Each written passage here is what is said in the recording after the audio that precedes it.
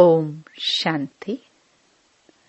10 सितंबर 2023 अव्यक्त बाप दादा के महावाक्य।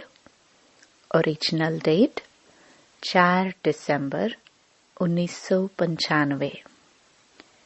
यथार्थ निश्चय के फाउंडेशन द्वारा संपूर्ण पवित्रता को धारण करो। आज बाप दादा देश विदेश चारों ओर के नए नए बच्चों को देख रहे थे। चाहे मधुबन में साकार रूप में आए हैं, चाहे आकार रूप में अपने अपने सेवा स्थान में आए हुए हैं, तो नए नयों को देख बाप दादा सभी के निश्चय को देख रहे थे, क्योंकि निश्चय इस ब्राह्मण जीवन के संपन्नता का फाउंडेशन है, और फाउंडेशन मजबूत है तो सहज और तीव्र गति से संपूर्णता तक पहुंचना निश्चित है। तो बाप दादा देख रहे थे कि निश्चय भी भिन्न भिन्न प्रकार का है। जो यथार्थ निश्चय है कि मैं परमात्मा बाप का बन गया, स्वयं को भी आत्म स्वरूप में जानना, मानना, चलना और बाप को भी जो है वैसे जानना, ये है यथार्थ निश्चय। दूसरा निश्चय है योग द्वारा थोड़े समय के लिए अशांति से शांति का अनुभव करते हैं और स्थान का शक्तिशाली शांत वायुमंडल आकर्षित करता है।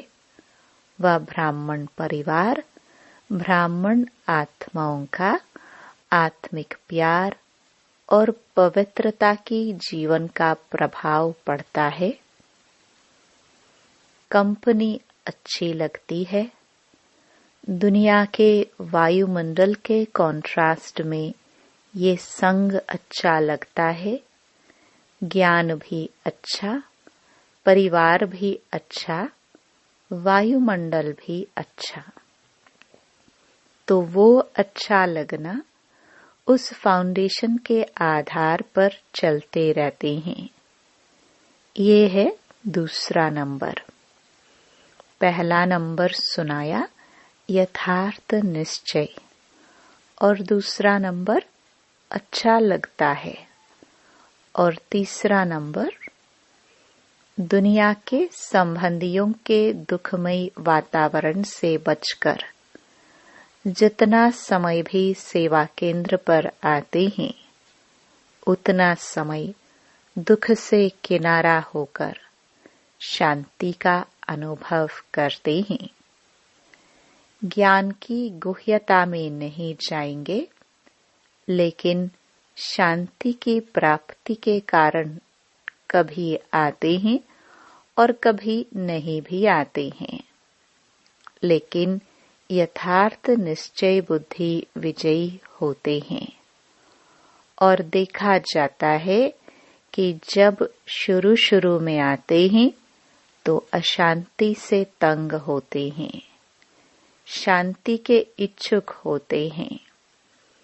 तो जैसे प्यासे को एक बूंद भी अगर पानी की मिल जाए तो वो बहुत बड़ी बात अनुभव करता है।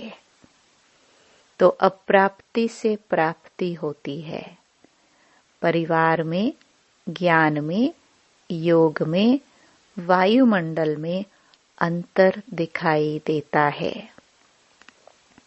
तो पहला समय बहुत अच्छे उमंग उत्साह से चलते हैं, बहुत नशा रहता है, खुशी भी होती है। लेकिन अगर पहले नंबर के यथार्थ निश्चय का फाउंडेशन पक्का नहीं है, दूसरे व तीसरे नंबर का निश्चय है, तो धीरे धीरे जो शुरू की खुशी शुरू का जोश है उसमें फर्क आ जाता है। इस सीजन में नए नए बहुत आए हैं और चांस भी मिला है, यह भी बहुत अच्छा है। बाप दादा को भी नए नए बच्चों को देख खुशी होती है कि ये फिर से अपने परिवार में पहुंच गए। लेकिन ये चेक करो कि निश्चय का फाउंडेशन पक्का है। हमारा निश्चय नंबर 1 है व नंबर 2 है। अगर नंबर 1 निश्चय है तो चलते चलते मुख्य पवित्रता धारण करने में मुश्किल नहीं लगेगा। अगर पवित्रता स्वप्न मात्र भी हिलाती है, हलचल में आती है, तो समझो नंबर 1 फाउंडेशन कच्चा है, क्योंकि आत्मा का स्वधर्म पवित्रता है।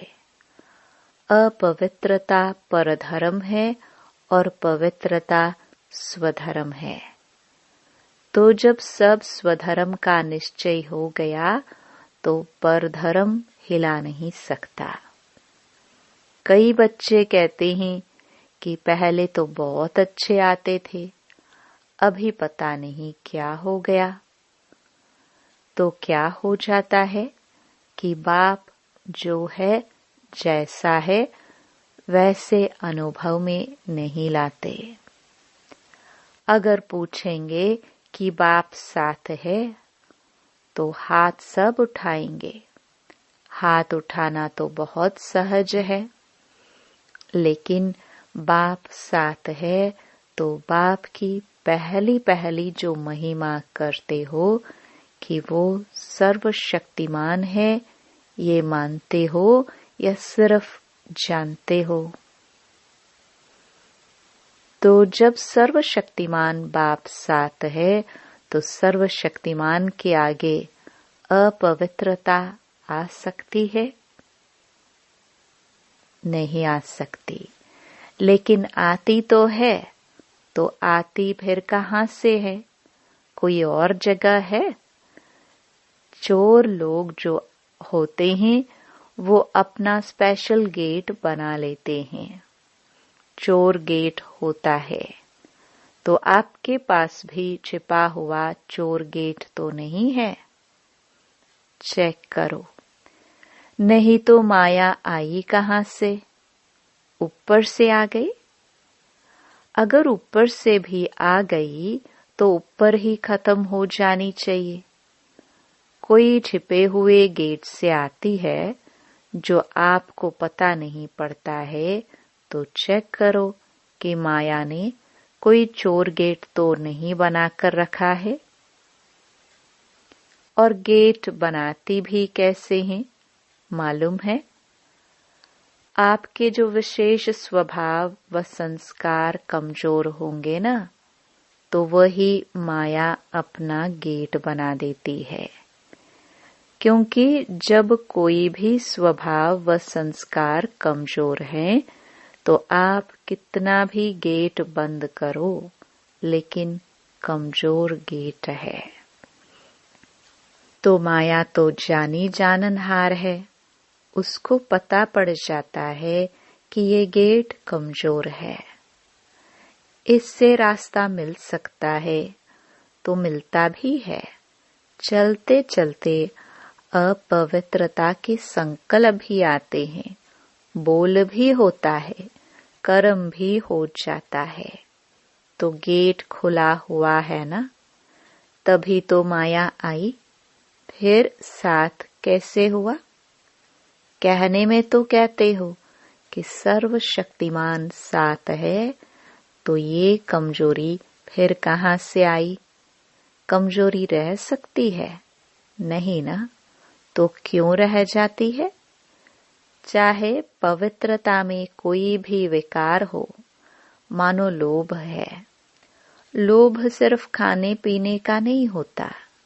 कई समझते हैं हमारे में पहनने, खाने या रहने का ऐसा कोई आकर्षण नहीं है। जो मिलता है, जो बनता है, उसमें चलते हैं। लेकिन जैसे आगे बढ़ते हैं तो माया लोभ भी रॉयल और सूक्ष्म रूप में लाती है। वो रॉयल लोभ क्या है? चाहे स्टूडेंट हो, चाहे टीचर हो, माया दोनों में रॉयल लोभ लाने का फुल पुरुषार्थ करती है।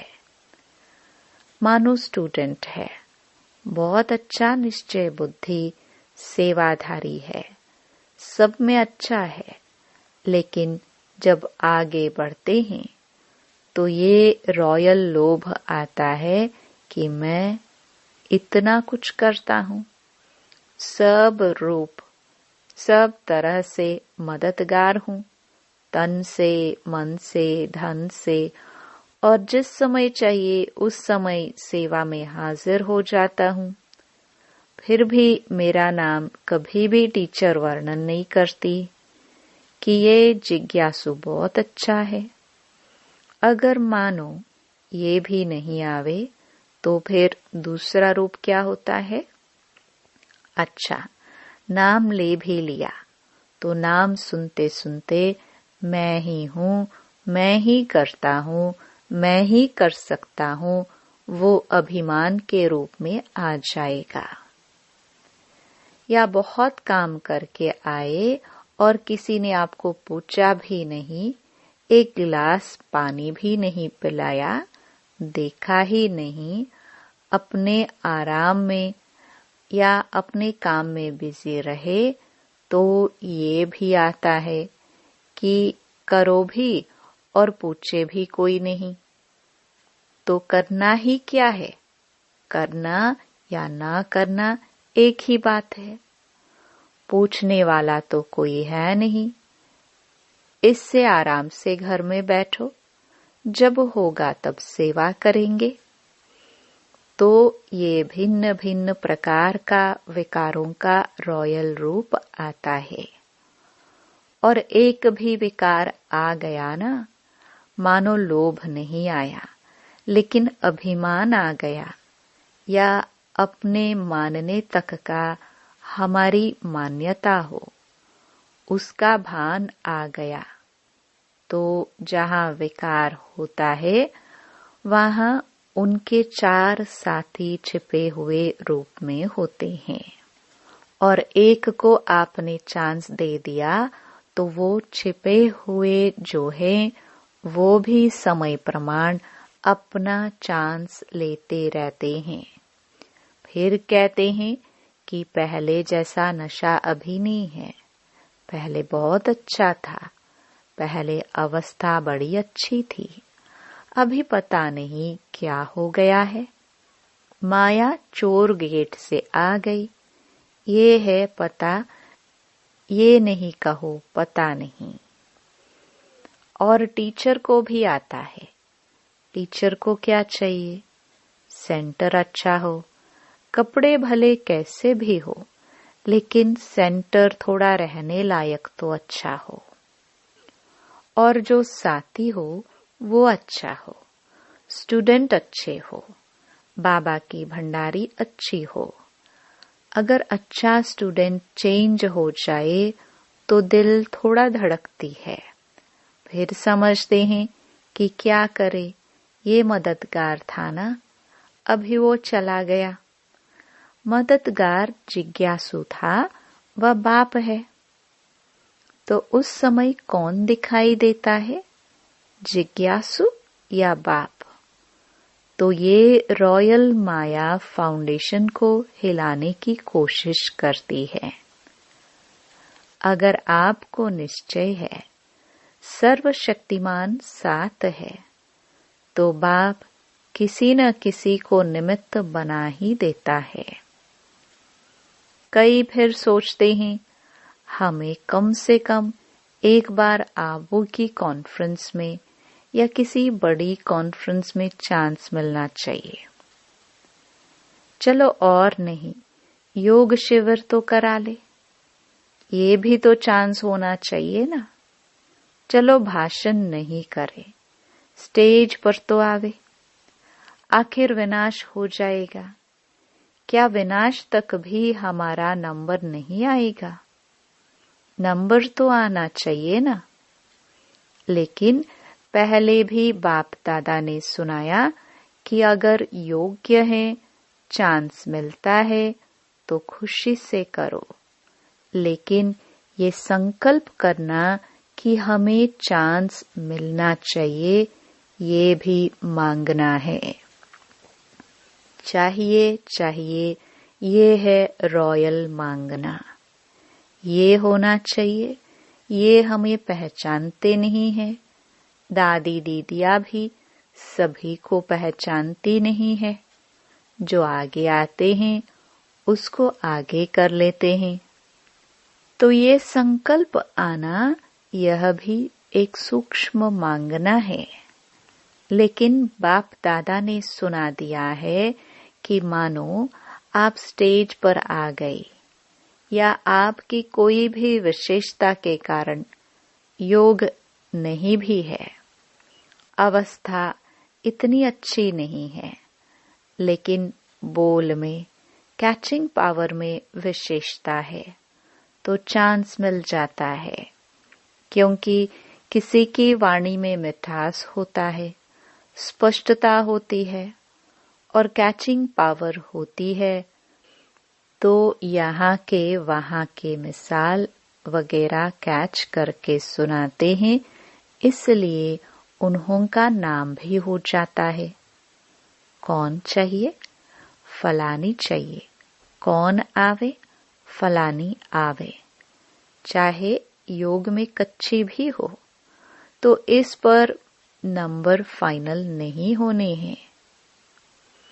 जो फाइनल नंबर मिलेंगे वो ये नहीं होगा कि इसने कितने भाषण किए या इसने कितने स्टूडेंट व सेंटर बनाए हैं, लेकिन योग्य कितनों को बनाया है। सेंटर बनाना बड़ी बात नहीं है, लेकिन योग्य कितने आत्माओं को बनाया। नाम हो गया 30 सेंटर की इंचार्ज, और 30 में से 15 हिल रहे हैं, 15 ठीक है, तो फायदा हुआ या सिर्फ नाम हुआ? सिर्फ नाम होता है कि फलानी के 30 सेवा केंद्र हैं, लेकिन नंबर इससे नहीं मिलेगा। फाइनल नंबर जितनों को सुख दिया, जितना स्वयं शक्तिशाली रहे, उसी प्रमाण मिलेंगे। इसलिए ये भी चाहिए खत्म कर दो, नहीं तो योग नहीं लगेगा। रोज यही देखते रहेंगे कि फलानी जगह प्रोग्राम हुआ, मेरे को फिर भी नहीं बुलाया।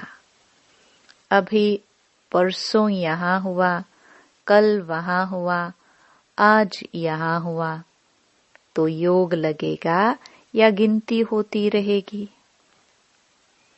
तो मुख्य बात है, जो यथार्थ निश्चय है उसको पक्का करो। कहने में तो कह देते हो मैं आत्मा हूँ और बाप सर्वशक्तिमान है, लेकिन प्रैक्टिकल में, कर्म में आना चाहिए। बाप सर्वशक्तिमान है, लेकिन मेरे को माया हिला रही है, तो कौन मानेगा आपका बाप सर्वशक्तिमान है? क्योंकि उससे ऊपर तो कोई है नहीं। तो बाप दादा आज निश्चय के फाउंडेशन को देख रहे हैं। चाहे नए हैं, चाहे पुराने हैं, लेकिन इस निश्चय के फाउंडेशन को प्रैक्टिकल में लाओ और समय पर यूज करो। समय बीत जाता है, फिर बाप के आगे पश्चाताप के रूप में आते हो। क्या करे बाबा, हो गया, आप तो रहमदिल हो, रहम कर दो। तो ये क्या हुआ? ये भी रॉयल पश्चाताप है। साथ है तो किसी की हिम्मत नहीं है। निश्चय बुद्धि का अर्थ ही है विजयी। अगर कोई हिसाब किताब आता भी है तो मन को नहीं हिलाओ, स्थिति को नीचे ऊपर नहीं करो। चलो आया और फट से उसको दूर से ही खत्म कर दो। अभी योद्धे नहीं बनो। कई अभी निरंतर योगी नहीं है। कुछ समय योगी हैं और कुछ समय युद्ध करने वाले योद्धे हैं। लेकिन अपने को कहलाते क्या हो? योद्धे कि योगी? कहलाते तो सहज योगी हो। तो नए जो भी आए हैं उनको बाप दादा फिर से भाग्य प्राप्त करने की मुबारक देते हैं। लेकिन मुबारक के साथ ये चेक भी करना कि फाउंडेशन नंबर 1 है या नंबर 2 का है। कई कहते हैं ज्ञान योग बहुत अच्छा लगता है। अच्छा है वो तो ठीक है, लेकिन कर्म में लाते हो। ज्ञान माना आत्मा परमात्मा ड्रामा ये कहना नहीं। ज्ञान का अर्थ है समझ। समझदार जैसा समय होता है वैसे समझदारी से सदा सफल होता है। कभी भी देखो जीवन में दुख आते हैं तो क्या सोचते हो? पता नहीं मुझे यह क्यों नहीं समझ में आया, यही कहेंगे। तो समझदार हो, ज्ञानी हो? बोलो हाँ या ना। हाँ जी, हाँ तो बहुत अच्छे बोलते हैं। समझदार की निशानी है कभी धोखा नहीं खाना। ये है ज्ञान की निशानी और योगी की निशानी। सदा क्लीन और क्लियर बुद्धि। क्लीन भी हो और क्लियर भी हो। योगी कभी नहीं कहेगा पता नहीं पता नहीं। उनकी बुद्धि सदा ही क्लियर है। और धारणा स्वरूप की निशानी है सदा स्वयं भी डबल लाइट। कितनी भी जिम्मेवारी हो लेकिन धारणा मूर्त, सदा डबल लाइट। चाहे मेला हो चाहे झमेला हो, दोनों में डबल लाइट। और सेवाधारी की निशानी है सदा निमित्त और निर्माण भाव। तो ये सभी अपने में चेक करो। कहने में तो सभी कहते हो ना कि चारों ही सब्जेक्ट में गॉडली स्टूडेंट हैं, तो निशानी दिखाई देनी चाहिए। तो नए नए क्या करेंगे? अपने निश्चय को और पक्का करना। नहीं तो फिर क्या होता है? 2 साल चलेंगे, 3 साल चलेंगे, फिर वापस पुरानी दुनिया में चले जाएंगे। और फिर जो वापस जाते हैं वो उस दुनिया में भी सेट नहीं हो सकते हैं। न इस दुनिया के रहते न उस दुनिया के। इसलिए अपना फाउंडेशन बहुत पक्का करो। अनुभव करो सर्वशक्तिमान बाप साथ है। बस एक बात भी अनुभव किया तो सब में पास हो जाएंगे। देखो आजकल प्राइम मिनिस्टर है, मिनिस्टर है, उसके साथ का भी नशा रहता है ना। ये तो सर्वशक्तिमान है। अच्छा चारों ओर के सदा श्रेष्ठ भाग्यवान भाग्य विधाता को अपना बनाने वाले ऐसी श्रेष्ठ आत्माओं को सदा बाप दादा की श्रीमत को सुना और किया। ऐसे सर्व सपूत बच्चों को सदा सेवा में अचल रहने वाले, झमेला मुक्त और परमात्म मिलन मेला मनाने वाले सभी बच्चों को बाप दादा का याद प्यार और नमस्ते। अच्छा, डबल विदेशियों को डबल नशा है ना। डबल विदेशी अर्थात डबल लाइट, डबल नशा और डबल बाप दादा और परिवार के प्यारे। समझा? वरदान। अपनेपन के अधिकार की अनुभूति द्वारा अधीनता को समाप्त करने वाले सर्व अधिकारी भव। बाप को अपना बनाना अर्थात अपना अधिकार अनुभव होना। जहाँ अधिकार है वहाँ न तो स्वयं के प्रति अधीनता है, न संबंध संपर्क में आने की अधीनता है, न प्रकृति और परिस्थितियों में आने की अधीनता है। जब इन सब प्रकारों की अधीनता समाप्त हो जाती है तब सर्व अधिकारी बन जाते। जिन्होंने भी बाप को जाना और जानकर अपना बनाया वही महान है और अधिकारी है।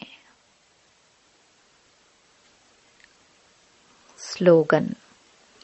अपने संस्कार व गुणों को सर्व के साथ मिलाकर चलना, यही विशेष आत्माओं की विशेषता है। ओम शांति।